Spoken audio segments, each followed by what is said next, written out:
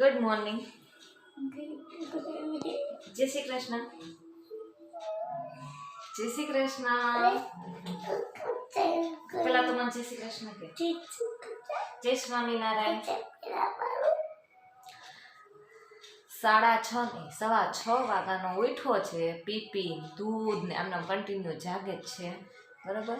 અને પહેલી વાત તો ગુડ મોર્નિંગ, જય Shri Krishna, welcome back to our new blog. કેમ છે બધાની? જય શ્રી કૃષ્ણ, જય સ્વામિનારાયણ, જય માતાજી. શરદીના હિસાબે ને નાક બંધ થઈ જાય એટલે નીંદર ન આવે. ને બીજી વાત કે હું છે ને વહેલી ઉઠી જાઉં 4:30 એટલે ભાઈને ખબર પડી જાય કે મમ્મા ઉઠી ગઈ. એ પણ પાછળ ઉઠી જાય. 6:15 સુધી તો માંડ સુવે. કા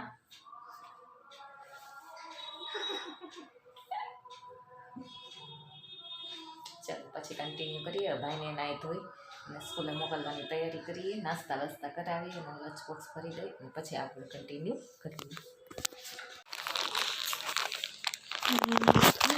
જો ગઈશ અત્યારે 11:30 જેવું થયું છે અને અત્યારે જમવામાં અમે 2 જણા છીએ. કેમ કે આજે ચોટ છે એટલે સાંજે એક ટાઈમ મમ્મી પાસે, બરોબર. જો એને મસ્ત ભાત વઘાર્યા છે, બરોબર.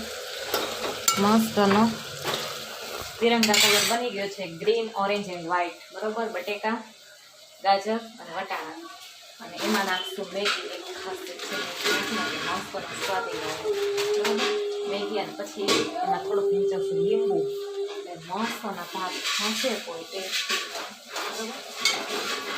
અને અમારા કાનુભાઈ મેગી જોઈ ગયા છે તો એને મેગી પપ્પાને જોશે એટલે કાચી ખાય, બાફેલી ન ખાય. એટલે થોડીક 2-4 દાણા આપી દે, એનું કામ રડી જાય, બરોબર.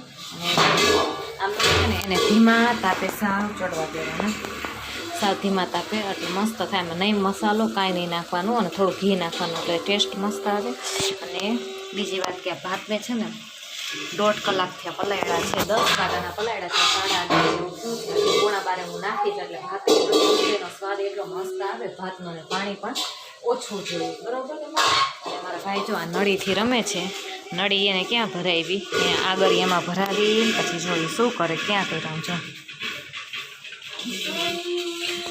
સ્કૂલેથી આવી ગયા છે,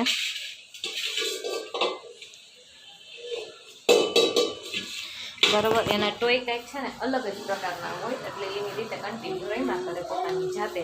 અને આજે એક તો એને લંચ બોક્સ ફિનિશ નથી કર્યું. જો એપલ હતું અને રોટલીનો મેં ખાખરો બનાવી દીધો હતો અને સોરી મેં મમ્મીએ બનાવી દીધો હતો. તો એ આજે એનું ફિનિશ નથી કર્યું કેમ કે એને મજા જેવું નથી એટલે થોડુંક એમ પણ ખાવામાં તકલીફ રહેવાની જ છે, બરાબર. જો આજે એને છે ને કન્ટિન્યુ હલાવતું જ રહેવાનું.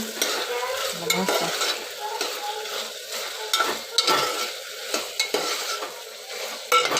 ધીમા તાપે આમને સતત કન્ટિન્યુ એને ચલાવતો રહે ને ત્યારે બટેકા થોડા ઘણા ચડી ગયા, બરાબર.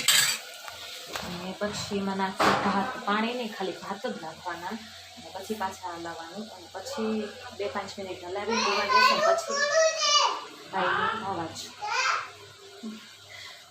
હલાવીને પછી એમાં થોડુંક પાણી એડ કરી પછી બધા મસાલા એડ કરવાના એટલે એકદમ મસ્ત ટેસ્ટ આવશે ભાત, બરાબર. ચલો પછી કન્ટિન્યુ કરીએ ત્યાં સુધી બાય. જો છે ને ભાતમાં કાંઈ ન નાખવું હોય ને, હળદર ચટણી ને એવું કાંઈ ન નાખવું હોય ને તો ખાલી મેગી અને મેગીની અંદર જે મસાલો આવે અથવા તો જે 5 વાળું પેકેટ આવે ને એ નાખી દો ને તો પણ મસ્તનો ટેસ્ટ આવશે એનો. બાકી કોઈ એટલે કોઈ જાતની ચટણી નાખવાની કોઈ એટલે કોઈ જાતની જરૂર નથી તો બી મસ્ત ટેસ્ટ આવશે એનો મેગીના મસાલાથી, બરાબર. જરૂર ટ્રાય કરજો.